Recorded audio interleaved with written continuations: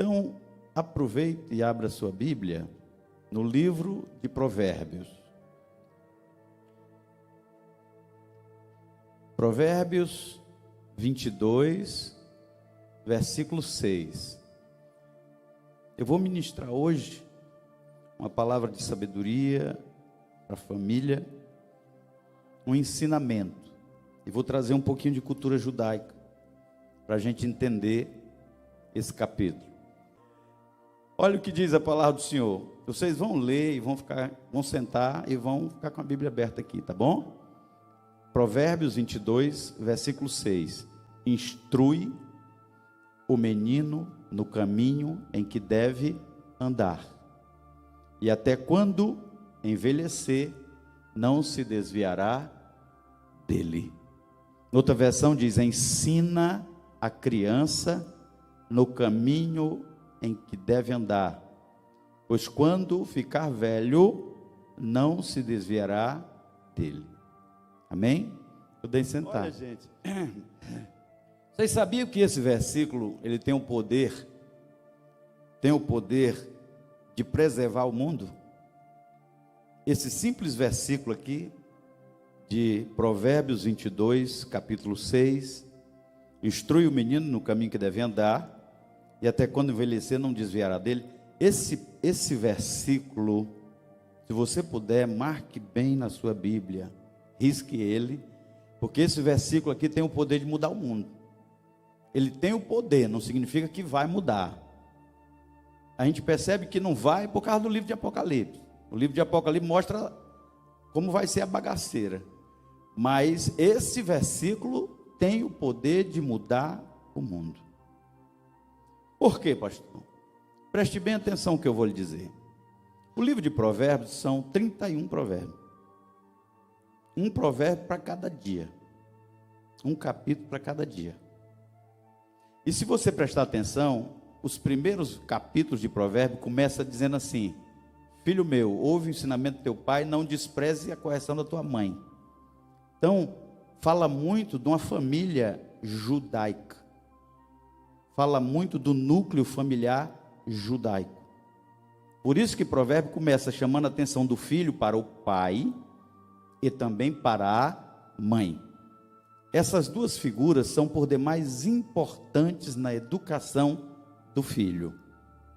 Então, quando a palavra diz aqui, instrui, ensina, ela tem muita coisa profunda nessa palavra instrui, eu vou já mostrar para vocês. Queridos, alguns detalhes que tem nesse versículo essa palavrinha menino, nessa minha versão, e na outra versão, criança. Aqui não diz jovem, nem instrui o homem, apesar de que a gente pode aprender muita coisa quando jovem e quando homem, mas aqui fala de menino, de criança. Por que o autor resolveu colocar exatamente menino e criança aqui?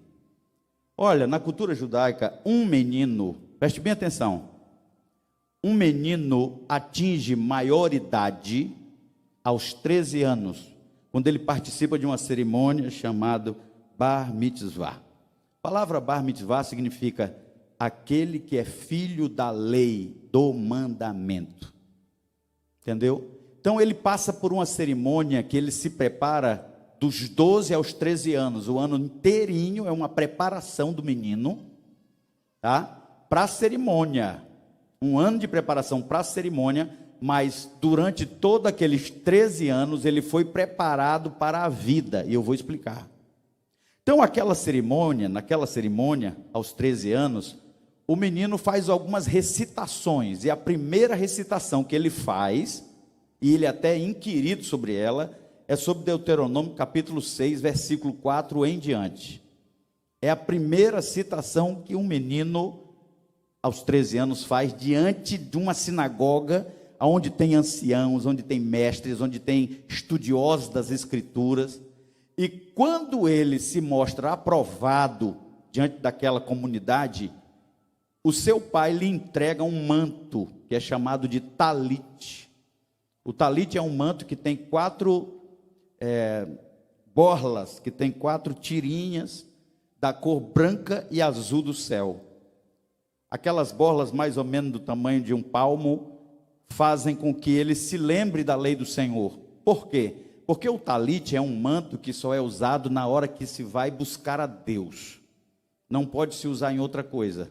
Quando você vai buscar a Deus em oração, você usa aquele talite e você pega aqueles fiapos, aquelas cordinhas e junta as duas pontinhas e você segura olhando para eles e ora ao Senhor, segurando aquilo, porque lembra os mandamentos de Deus. Então, o menino aos 13 anos recebe aquele manto. Jesus tinha um manto, que a mulher do fluxo de sangue quis tocar no manto de Jesus, era um talite. Tá?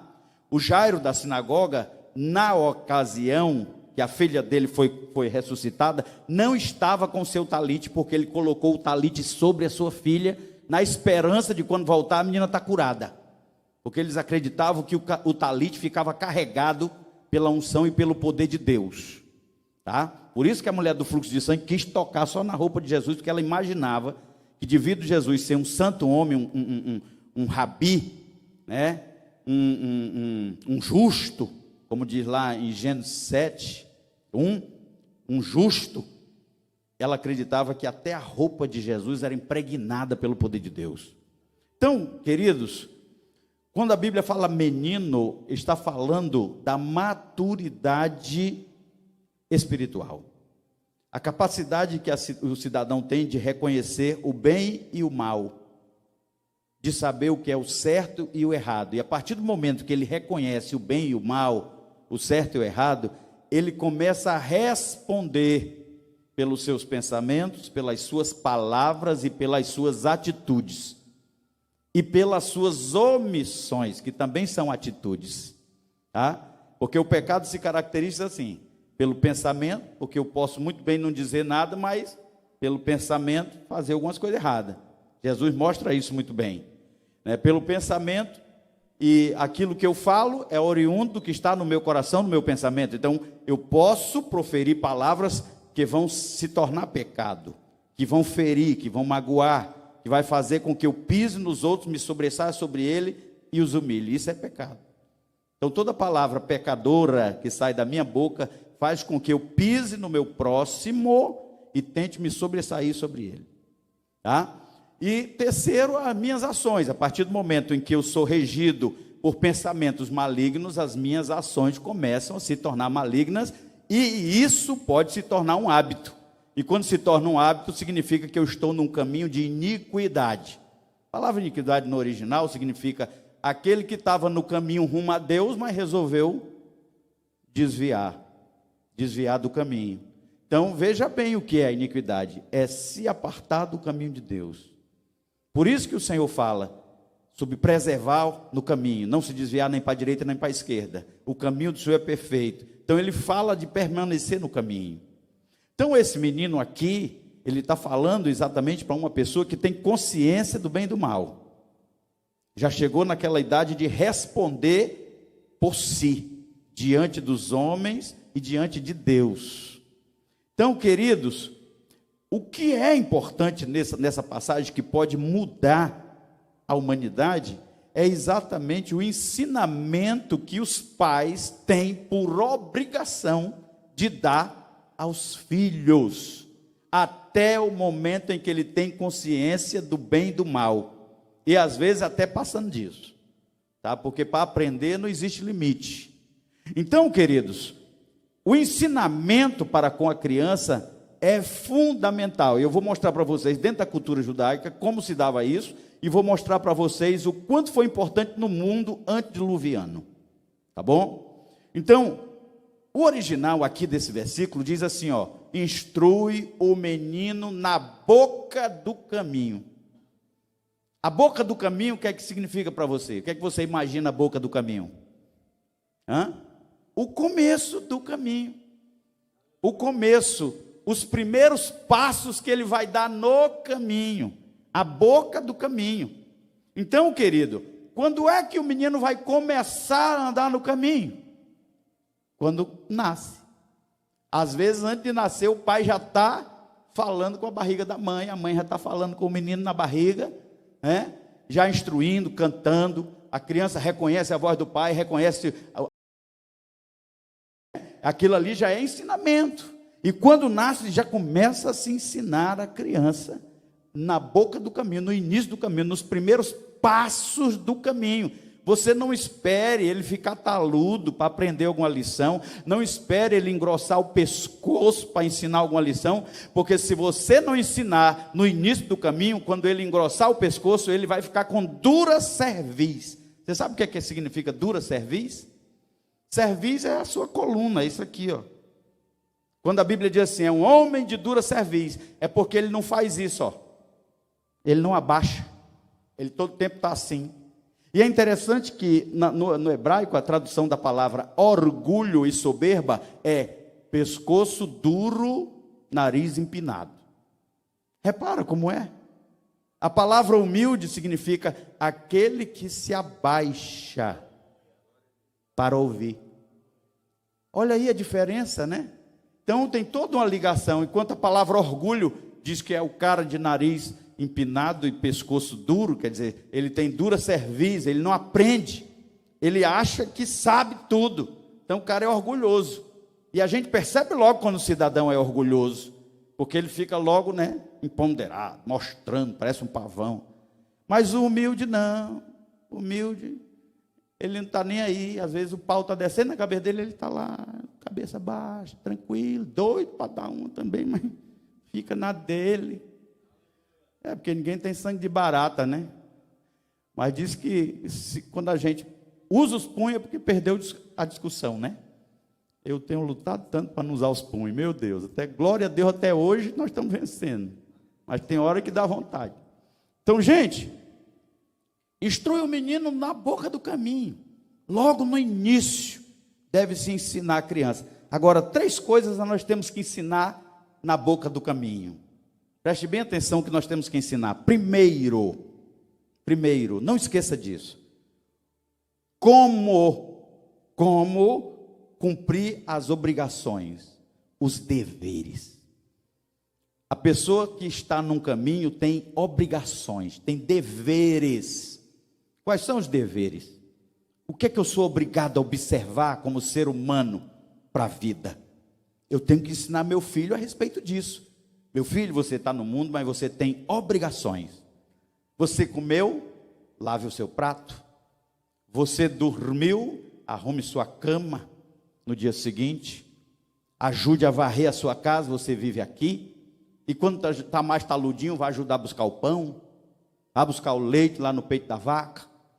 Entendeu? Você começa a mostrar que a vida tem obrigações. Então nós temos que instruir o menino a respeito dos deveres. O dever que ele tem para com a mãe, o dever que ele tem para com a irmã, o dever que ele tem para com a avó, para com as tias, o dever que se tem um homem, presta atenção, o dever que se um filho for homem, for do sexo masculino, o dever que ele tem de ter uma visão sóbria a respeito das mulheres. Interessante isso, gente. Mas poucos filhos são ensinados a respeito das mulheres. Por isso que as mulheres são muito massacradas. Quando nós instruímos os nossos filhos sobre o valor que tem uma mulher, a começar pela mãe, pela irmã, pela tia, pela avó, e quando começamos a perceber que a felicidade chega dentro da nossa casa através da mulher, a mulher é o pontapé inicial, é o ponto inicial para a felicidade começar dentro de casa é através da mulher. Então, se você maltrata a mulher, significa que você fecha a fonte da felicidade dentro de casa. Então, o filho tem que entender qual é o seu dever para com as mulheres da família. O seu dever como protetor, provedor. Então, ele tem que entender isso. Agora, segundo, ele tem que entender o quê? Ele tem que entender quais são os perigos do caminho. Meu filho, nessa caminhada da vida existem alguns perigos. Existem coisas que você vai ensinar ao seu filho que, dependendo da idade, você ensina conforme a cabecinha dele. Existe coisa que você precisa mostrar claramente, mas não pode explicitamente ensinar, porque ele ainda não tem capacidade. Mas você já pode mostrar que está errado. Meu filho, tal coisa você está vendo, tal coisa está acontecendo, não é bom. Algumas pessoas dizem, papai do céu não gosta. Mas quando vai crescendo, você vai explicando por que papai do céu não gosta. Então, gente, nós temos que mostrar para os nossos filhos a respeito dos perigos do caminho. Por isso que Provérbios tem muito conselho a respeito da mulher estranha. Ele diz: filho meu, guarda tudo que tu tem, não dá para mulher estranha. Filho meu, cuidado com a sedutora mulher estranha. Filho meu, fala da mulher estranha umas 4, 5 vezes, só o livro de Provérbios. Se meu filho, ela é uma cobra venenosa, ela te seduz, leva para o esconderijo dela, e lá ela é a boca do inferno, ela vai te matar. Fala muito sobre a mulher perigosa. Depois fala sobre as companhias dos malignos. Fala sobre muita coisa no livro de Provérbios. Então, gente, ensinar a respeito dos perigos do caminho, perigo das amizades, da influência das amizades, o perigo daqueles que parecem amigos, mas não são. Uma certa vez, os coleguinhas da minha filha, eram tudo adolescente, aí uma coleguinha disse assim: por que tudo tu conta para os teus pais? Tu não devia contar, porque tu mesmo não resolve. Aí elas, tudo como eles contavam, tudo contaram isso para nós. Eu disse: não ouça essa pessoa, porque essa pessoa não ouve seu pai, e ela vai desonrar pai e mãe mais à frente. Continue nos ouvindo, porque nós não vamos preparar armadilha no caminho de vocês, nós vamos procurar livrar vocês dos perigos. E ainda bem que os meus filhos sempre me ouviram. Mas essa pessoa da idade deles fez isso. Por que tu conta tudo? Não precisa contar tudo para os teus pais. Já pensou? Então, gente, ensinar a respeito dos perigos. Então, deveres, perigos e como obter a bênção no caminho. Porque o caminho não é só obrigação, nem só cuidado com o perigo. O caminho também tem uma frutinha, como colher, como pegar, como chupar uma manga, como atirar uma pedra eu já ia dizer jabuticaba, não sei nem te atirar a pedra de jabuticaba, a bicha dá de baixo acima. É porque eu tenho um pé de jabuticaba lá em casa, aí só vem o traço da jabuticaba na cabeça. Gente, é colher o fruto. Colher o fruto. Uma vez eu estava conversando com os jovens, e ela estava muito insegura a respeito do futuro. Ah, pastor, eu não tenho certeza, eu estudo, eu não tenho certeza se vai dar certo, pastor, eu estou tão preocupado com uma pessoa que Deus vai estar no meu caminho, para eu casar, sabe, com medo do futuro. Tem jovem que tem medo do futuro. Tem hora que dá um negócio assim, um pavor, medo do futuro. Aí eu disse assim: vamos fazer uma análise aqui. Você sempre foi uma boa filha, um bom filho? Você desobedeceu seu pai? Partiu o pé, seu pai e sua mãe falavam, dava conselho, você desobedecia? Não, pastor. Espera aí, deixa eu um pouquinho. Como é? O teu filho desobedecia? O teu filho era quanto mais? Era teimoso? Não, pastor, sempre foi obediente. Aí eu digo: agora vamos para a palavra. Aí abri a palavra. Aí está lá: honra teu pai e tua mãe, para que se prolongue os teus dias na terra. Prolongar os dias na terra é o quê? Longevidade. Viver muito. Para aquele tempo, a estimativa de vida era 40 anos. Significa que o cidadão só podia ver, se muito abençoado, os filhos. Jamais veria os netos. Para ele ver o neto, ele tinha que ter sido abençoado com a longevidade. Por isso que o Salmo 128 diz que tu verás a bênção dos teus filhos e dos filhos dos teus filhos, falando dos netos. O cara, no tempo do Império Romano, se a ponta da espada passasse, pegava teto e não morria.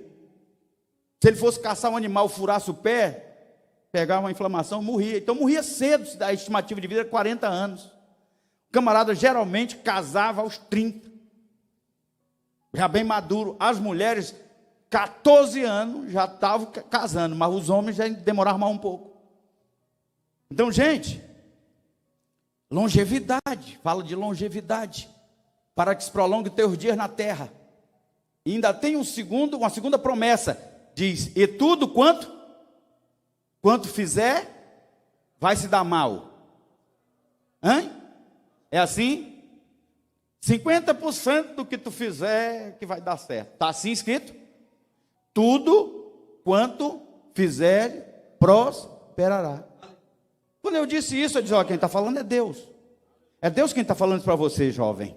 A Bíblia está dizendo: você vai viver muito e ainda por cima vai ter prosperidade naquilo que fizer. Então a criatividade é sua. Peça de Deus a criatividade. Não tenha medo do futuro. Irmão, ela se levantou se sentindo super-homem. uma vontade de viver, de correr para cima dos desafios. Então, observe como o ensinamento é importante. E quando um filho percebe a maneira como ele faz para poder conseguir adquirir as bênçãos no caminho, através da honra aos pais, o respeito aos pais. E outra coisa, honra pai e mãe não é só enquanto a gente está vivendo com eles, não. Honra pai e mãe, eles estão de cabelo branco, você está morando na Conchichina, mas você honra seu pai e sua mãe. E a maior honra que se pode oferecer a pai e mãe é a honra da ausência. Como é a honra da ausência, pastor? Vou te dar um exemplo aqui. Na frente do pastor Enzo, o pastor, um homem de Deus, um homem sério, um homem, poxa, um homem 10. Aí o Enzo dá as costas e vai embora. Aquilo valia nada, aquilo é uma carniça. Entendeu? Nas costas dele, falo mal dele, maledicência. Você sabe o que significa maledicência? No original, a maledicência é um abutre que vem e arranca pedaço da pessoa. A pessoa. Então, quando você dá lugar à maledicência, a palavras malignas a respeito do outro, você está se colocando na posição de um abutre, de um urubu, e está arrancando as carnes do outro. Está matando o outro vivo. Impressionante isso. O cara está lá vivo e o abutrezão arrancando os pedaços. Então você vai fazer papel de urubu, meu irmão? Faça isso não, em nome de Jesus. Escolha outro bicho, escolha aí uma galinha caipira. Escolha aí um daquele bichinho que é mentiroso, que diz assim, tô fraco. Mas quando você vai comer, dá de 10-0 em galinha caipira, ó.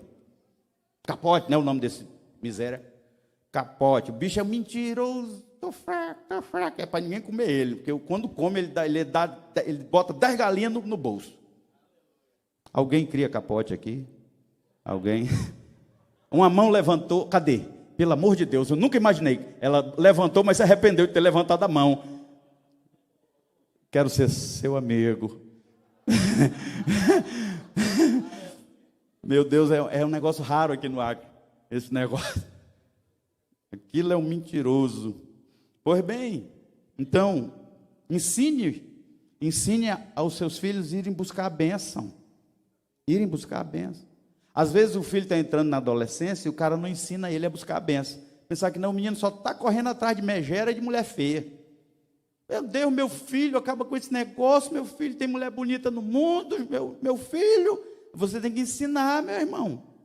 Tem que ensinar direitinho, entendeu? Meu filho, aquela ali, aquela não. Aquela ali sim, meu filho. Olha ali como é, meu filho. Ixi, aquela ali nem mulher é, meu filho. Não vá para aquilo não, em nome de Jesus. Tem que ensinar. Tem que ensinar, porque do jeito que a coisa está, há esperança para os feios. No arrebatamento. A palavra de Deus diz que haverá um corpo glorioso que será muito lindo. Então a feiura vai embora no arrebatamento, mas também ninguém casa mais. Casar é para cá, meu irmão. Casar é para cá. Para lá não tem esse negócio, não. Tem gente que diz assim, o nosso amor é eterno. Ah, é eterno. Meu irmão, é até fechar os olhos ou a hora que Jesus arrebatar. Depois, porque se eu ainda ficar com esse meu sentimento que eu tenho pela irmã Vânia lá no céu, não vai prestar, não. Toda vez que eu passar por ela, eu vou fazer que nem eu faço na terra. Dou uma beliscadinha. Porque se ela estiver lavando louça de costa, é para tentação. Eu tenho que beliscar. Entendeu? Não pensa que eu vou beliscar na orelha, não. Imagina lá no céu, São Pedro está lá numa boa, lá com a auréola de santidade, aí eu chego na irmã Vânia, dou uma cutucada nela. Aí o Pedro vai dizer, Senhor, esse miserável aqui tinha que estar lá no porão, não era aqui não. Então esse negócio fica para cá. Esse negócio fica para cá, mas louvamos a Deus porque é para cá. E eu já estou com 32, olha. Menino, pensa numa benção. Melhorei, ainda 100% não, mas estou cada vez melhor. Estou até mais bonito. Você não acha que eu estou mais bonito? Ixi. Enzo, tu acha que eu sou feio?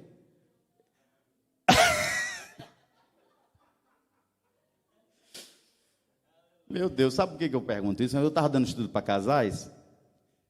Aí era na igreja batista. Aí eu disse, irmão, você tem que se valorizar, irmão, você tem que Poxa, a sua autoestima tem que estar grande. Quer ver uma coisa aqui? Ó? Só os que se acham feios. Aí um irmãozinho levantou a mão e digo, ixi, meu irmão, se nem tu se acha bonito, como é que tu vai querer que os outros achem? Então tu tem que se valorizar. Tu se valoriza, meu irmão. Está faltando um olho, os dentes estão tudo só o zagueiro. É o mais bonito da terra. Eu, pastor. Eu. É porque tem quem goste, gente. Tem quem goste. Sabia disso? Sabe a história do cara que casou com a mulher toda feia, a mulher toda vez que andava, ela dava uma molejada assim. Aí o cidadão disse, eu vou casar com essa mulher, porque ninguém vai mexer com ela. Se ela for bonita, todo mundo vai subir a ela. Mas essa daí, ninguém vai mexer. Aí um belo dia, ele estava lá com os colegas, e a mulher dele passou toda se tremendo, assim, com a boca torta. Aí o cidadão estava com ele, eita, gatinha, não sei o quê. O cara disse, não entendo negócio desse. Meu filho, por que você está mexendo com aquela mulher? Eu já casei com ela, porque ela não é bonita, ela é toda torta, não sei o quê. Aí, por que você está mexendo? Eu disse, eu vou te confessar uma coisa. Toda vez que ela dá aquele molejo assim, eu fico todo me tremendo. Oh, coisa linda. Entendeu? Então não vem com esse negócio. Todo mundo tem uma tampa. Todo mundo. Então instrui o menino no caminho em que deve andar. Que deve andar. E aí, ó, uma vez que você instrui, quando o barro está mole, isso aqui é um exemplo, presta atenção. Antigamente, quando surgiu a escrita, eles pegavam a argila, lá na Mesopotâmia não tinha pedra, tinha muita argila do rio Tigre e Eufrates. Então eles faziam um tijolinho de barro, e eles pegavam uma pontinha de uma vara ou de um ferrinho, um ossinho, aí fazia marcações. E depois eles colocavam próximo do fogo para endurecer. E por causa disso surgiram muitos tabletes daquele tempo que contaram para nós como era a vida até de Ur dos Caldeus, onde morou Abraão e tal. Então ele está dizendo aqui exatamente isso. Pega ele enquanto está molinho, enquanto você pode malhar, trabalhar, enquanto você pode ajustar e fazer as marcas que ficarão para toda a vida. Depois, quando ele se aproximar do fogo para endurecer, da maturidade, ele vai levar essas marcas para o resto da vida. No dia que tu não estiver mais na terra, que ele se encontrar numa situação onde tu já ensinou a respeito da verdade para ele, ele vai dizer assim, meu Deus, esse relógio, já pensou um negócio desse? Ô relógio, está quebrado? O que é? Ele vai dizer assim, meu pai, saudosa memória, me ensinou assim. Isso é honrar a memória do pai e da mãe. Entendeu, gente? Então isso é muito lindo, isso é muito bom, é muito importante. Então, instrui o menino no caminho que deve andar. Eu vou mostrar para vocês o que é o instruir. Abra aí a sua Bíblia, lá em Deuteronômio capítulo 6. Capítulo 6. Olha a primeira lição que uma mãe dava para o filho, assim que ele nascia, irmão. Às vezes não aprendia nem a falar, a mãe já recitava isso aqui. Por quê? A mãe. Porque na cultura judaica, e também deve ser na nossa, o primeiro professor de uma criança é a mãe. Porque a mãe tem mais proximidade. A criança tem mais proximidade com a mãe. E até os 6 anos, na cultura judaica, a criança era instruída diretamente pela figura da mãe. Então a mãe é muito importante no meio da família. Se a mãe for uma mãe instruída, uma mãe forte, uma mãe presente, uma mãe que cumpre o seu papel, que procura imprimir no seu filho o temor do Senhor, uma mãe que procura ensinar o seu filho no caminho que deve andar, nos 6 primeiros anos em que o barro está mole, se a mãe ensinar, esse filho vai ser um crente fiel a vida toda. Você sabia disso? Mesmo quando ele não quer, Eu me lembro que eu queria ficar jogando bola. Eu não fui um craque de futebol, irmão, por causa da minha mãe. Porque quando o Web e o menino iam para brincar de futebol, que passava lá em frente da minha casa com a bola, eu ficava todo doido para ir. Um espírito do Pelé estava dentro de mim dizendo, vai lá que tu vai ser o próximo Pelé. Mas a minha mãe dizia, ei, negão, nós vamos para o circo de oração. Era lá na base, um calor infernal. E aí eu ficava tão zangado que a mãe dizia, vai lavar as canelas. Aí sabe o que eu fazia? Eu ia no fundo do quintal, pegava uma lata e fazia assim, só jogava. Aí a água batia em cima da poeira, aí escorria. No primeiro momento parecia que estava limpo. Mas quando secava, ficava rajado. As canelas ficavam rajadas de poeira, de lama. Mas eu ia. Ô menino ruim, eu ia assim mesmo. A véia segurava na minha mão, me levava para aquele centro central da base lá no Benjamin Constant.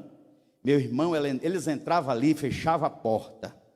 O calor era uma sauna, meu irmão, uma sauna. Tinha um maldito relógio na parede, assim, eu ainda me lembro até hoje o toque daquele relógio. Plim, blom, blom, blom, blom, blom, blim, blom. Isso aqui está gravado.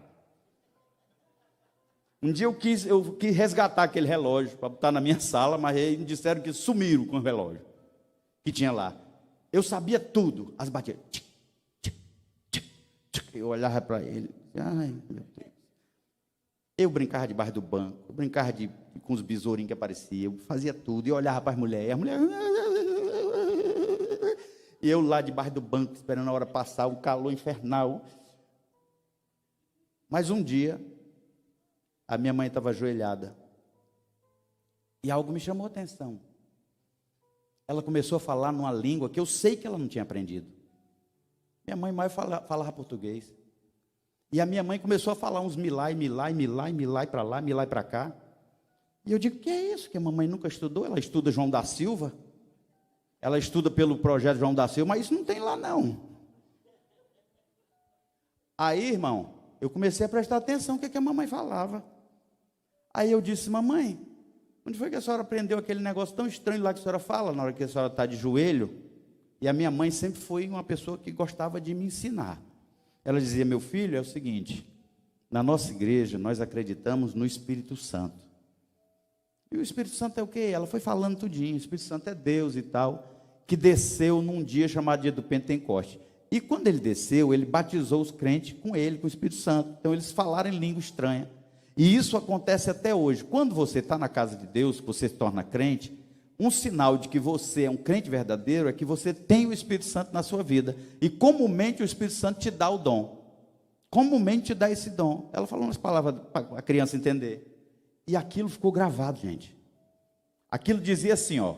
Se a minha mãe falava aquela língua estranha, é porque o Espírito Santo estava nela.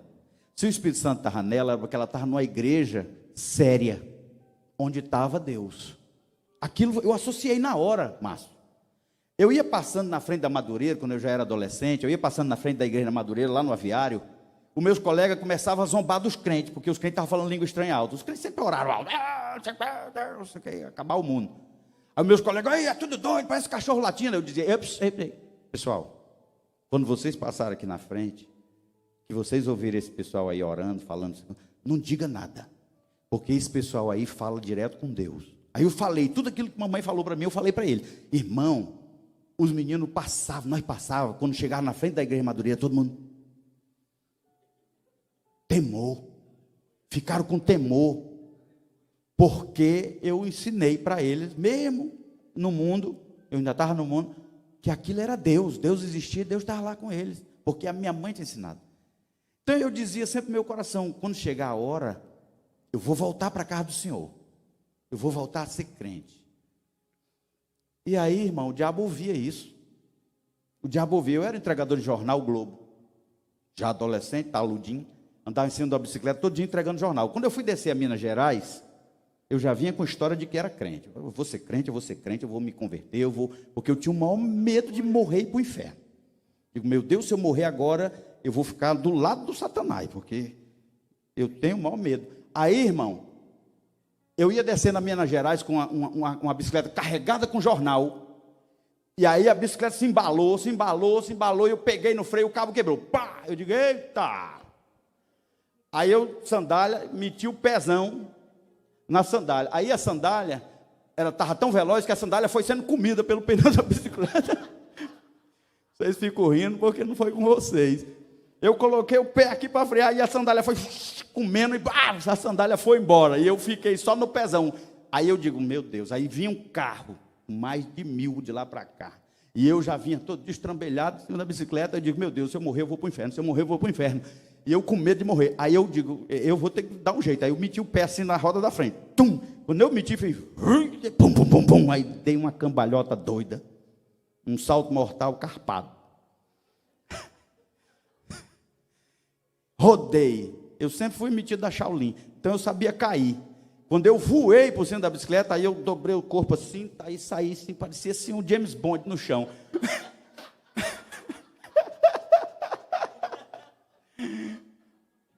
Aí saí rolando, feito um artista, só que fui rolando na direção do carro que vinha.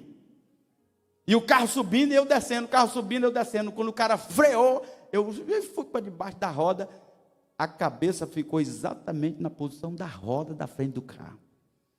Meu irmão, o cara saiu do carro pensando que eu estava esmagado, e quando me viu, os olhos estavam fora do buraco, de tanto medo. Não era porque tinha espocado, não, é porque ele estava com medo doido. E eu amarelo, me escorei no carro do cara. Aí ele disse, cara, tu nasceu de novo. Eu digo, não fui para o inferno. Irmão, não demorou muito, eu fui ser crente. Mas aquilo tudo porque a minha mãe me ensinou. Agora, preste atenção, eu vou terminar, tá? Eu ia para outra passagem, mas não vai dar mais tempo. Então, olha o que diz aqui no Deuteronômio capítulo 6, ó. Estes, pois, são os mandamentos, os estatutos e os juízos que mandou o Senhor vosso Deus para se vos ensinar. Primeiro, ensinar. Segundo, para que os fizesseis. Eu gosto dessa palavra fizesse, porque o mandamento do Senhor não é só para ensinar, nem só para ouvir. É para fazer. A palavra mandamento significa andar no caminho. A palavra mandamento significa andar no caminho. Então é algo que você pratica, não é só ouvir, não é só adquirir conhecimento. Pegar a Bíblia, ler a Bíblia todinha para ter um conhecimento. Não. Teve conhecimento, mas tem que fazer, tem que praticar. Lá em Mateus 7 diz que o prudente é comparado, o prudente é aquele que ouve a palavra e pratica. O imprudente é aquele que ouve também a palavra, mas não pratica. A casa do prudente edificada sobre a rocha, e do imprudente edificado sobre a tempestade, o vento, a chuva, as águas, é a mesma que veio para o prudente e vem para o imprudente. É a mesma luta. Mas quem é que está preparado para enfrentar? O que ouve e pratica. Tudo que vocês ouviram aqui, em 2 dias, no ensinamento de casais, se você não praticar, não vai servir de nada. Eu digo isso porque eu ministro para casais faz muito tempo. Uma vez eu disse para Deus, eu não vou mais ministrar para casais, não. A gente fala, os irmãos ficam felizes, não sei o quê, naquela noite a população aumenta, porque eles ficam tão empolgados e tal. Mas, Senhor, no outro dia está tudo do mesmo jeito. Aí eu disse para Deus, eu não vou fazer mais nada, não vou mais não. Aí Deus me jogou o raio na cabeça, fez nada. Aí um belo dia disse, vem cá, cara, tu disse que não vai, mas a minha palavra não é que nem a chuva, quando cai, não faz tudo que me apraz. Eu disse, Senhor, se quando tu ministra, pode ser que ele não pegue tudo, mas eu faço alguma coisa, eu mudo alguma coisa. Tem deles que eu mudo muito, mas tem deles que, pelo menos um pouquinho que foi ministrado, eu mudo.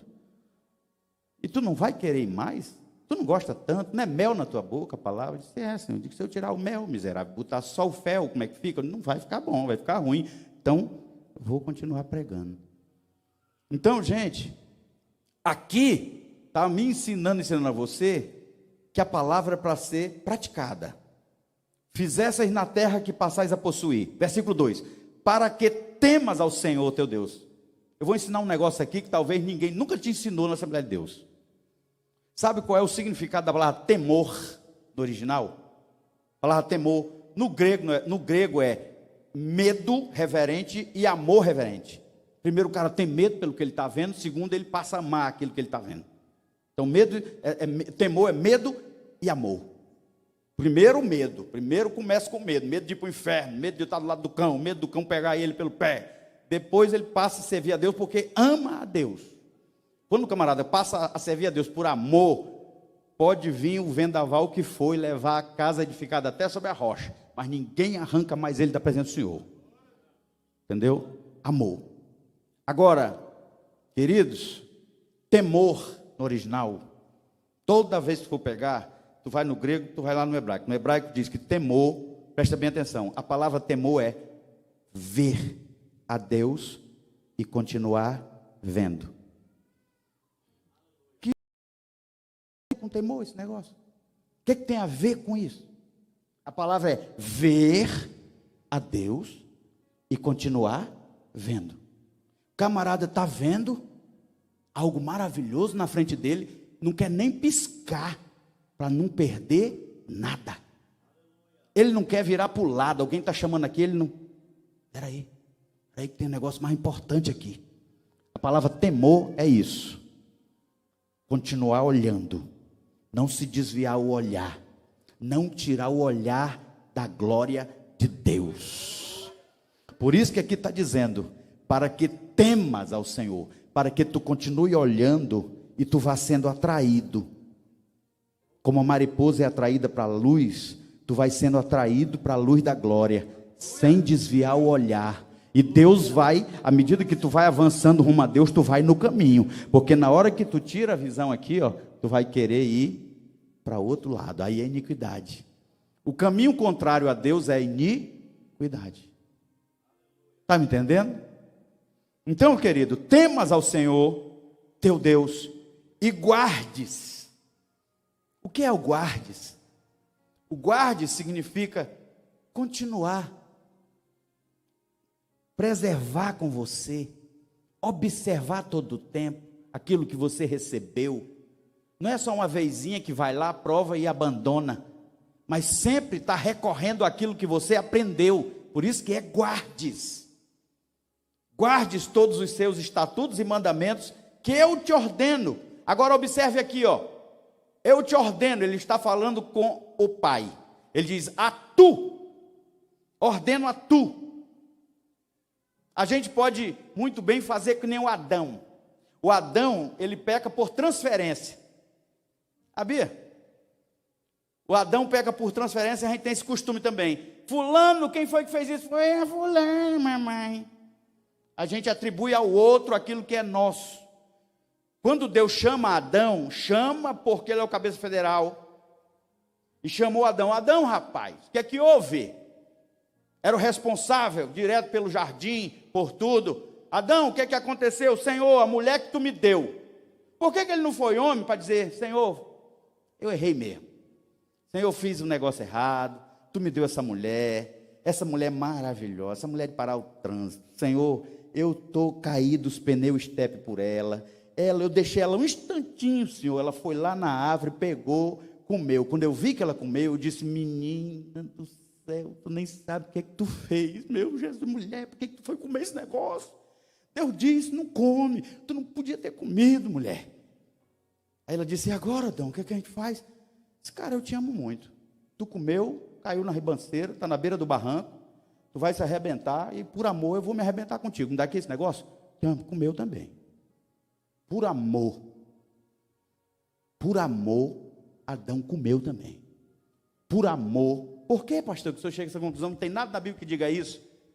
Por que Cristo morreu na cruz? Por quê? Por quê? E morreu por quem? Pela noiva. Por uma mulher. Até Cristo morreu por uma mulher. Tipificada, evidente. Tipificada. A igreja. Adão foi a mesma coisa, gente. E Jesus, diz Paulo, que Jesus é o segundo a Adão. Adão entrou pela esparrela do pecado por amor à mulher. Ele viu que a mulher tinha se rachado, ele disse, não, ela não vai se rachar só não, eu vou junto. Só que quando Deus acolchou o negócio, ele disse, se tu não tivesse me dado essa mulher desobediente, mexeriqueira, foi comer o que não devia, estava tudo bem. Já jogou a responsabilidade em cima da mulher, em cima de Deus. É muito fácil. Quando a gente joga a responsabilidade para cima dos outros, é transferência. Aqui está dizendo, primeiro aprende você. Primeiro aprende você a respeito do mandamento. Vá para a palavra, papire a palavra, dedique tempo. Pratique a palavra você. Primeiro você. Aprenda como andar no caminho você. Porque não adianta nada você ficar ensinando sem você não andar nele. Porque você vai ser um hipócrita. Você tem que ensinar no caminho. Ensina a criança no caminho em que deve andar. É você e ela junto no caminho. Meu filho, está vendo essa pedra? Está vendo? Meu filho, nós vamos andar mais aqui umas 10 léguas. Você vai no caminho mostrando. Meu filho, não encosta nessa planta não, que é urtiga. Vai dar uma coceira terrível você. Está vendo essa formiga aqui? Essa formiga é de fogo. Está vendo essa outra tanajura? Pode comer, meu filho. Isso aí dá uma farofa, fica uma maravilha. Entendeu? Você vai ensinando no caminho. Mas você primeiro tem que aprender. Aí ele diz assim, teu filho. Teu filho significa que você é o elemento que vai ensinar o filho. Você é o professor para o filho. Ainda diz mais, e o filho do teu?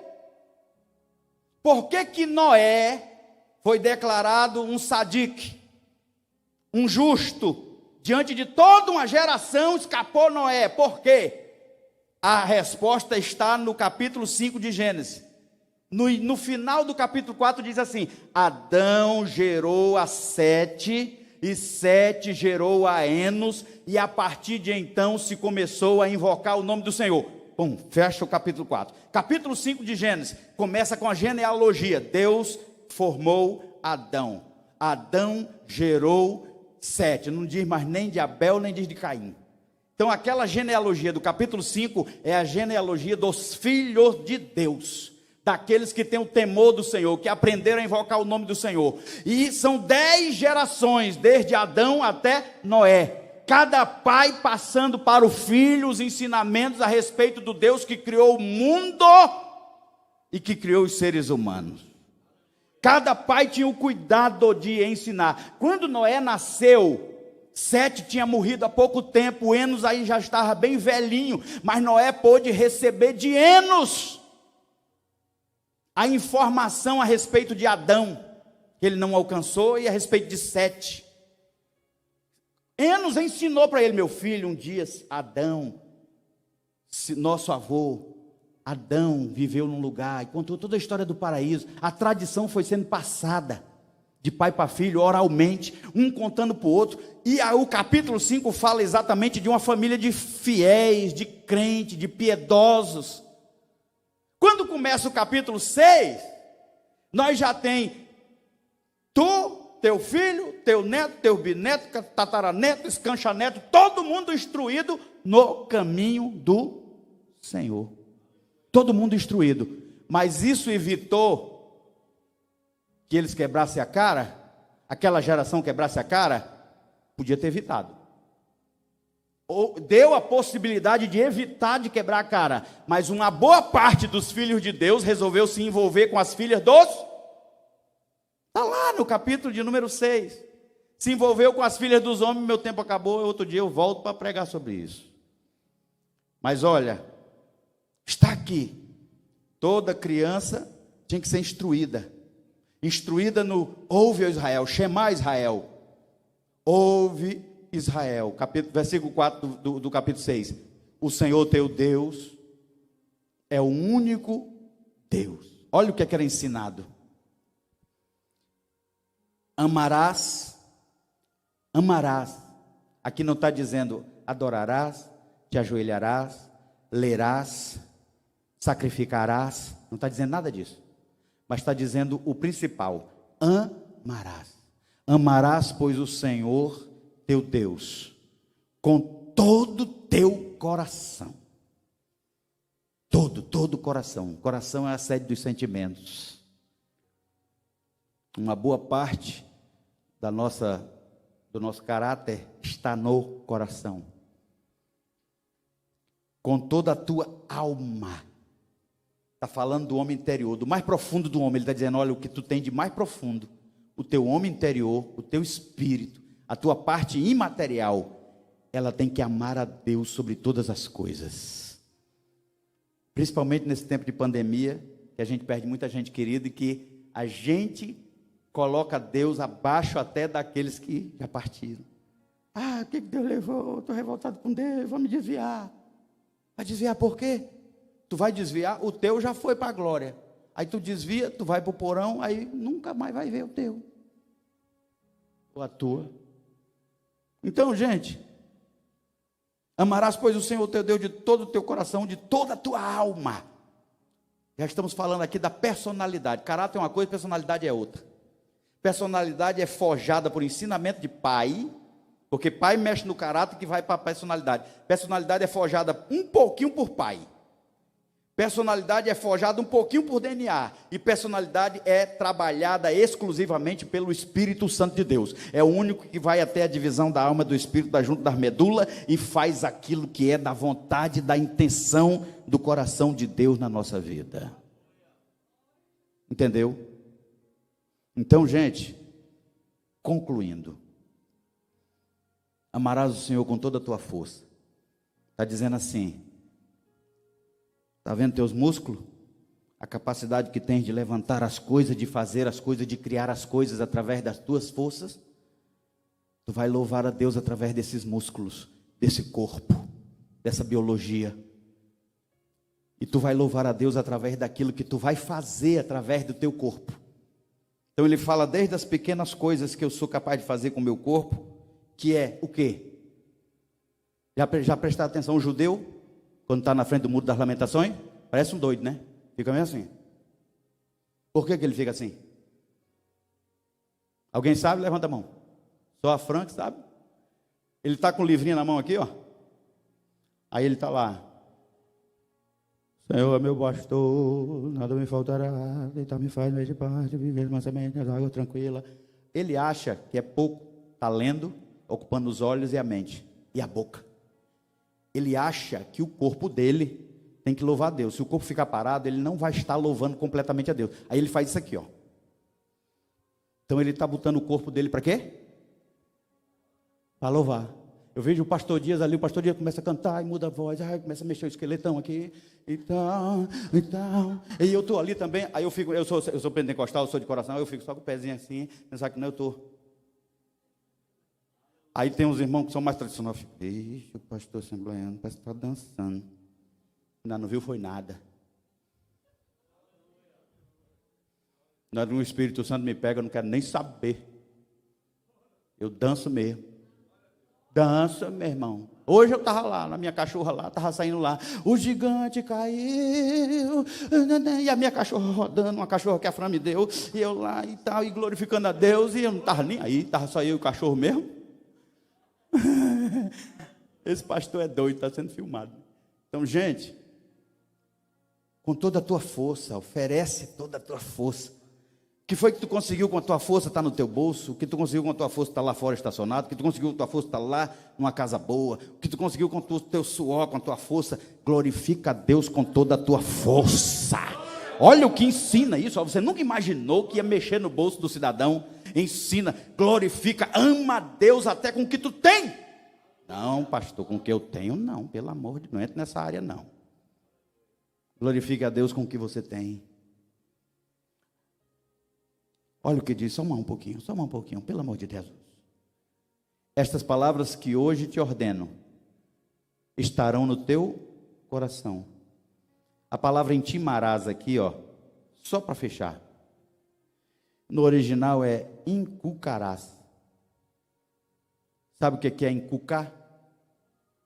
No original é pegar um pedaço de pedra dura, não é nem molinha.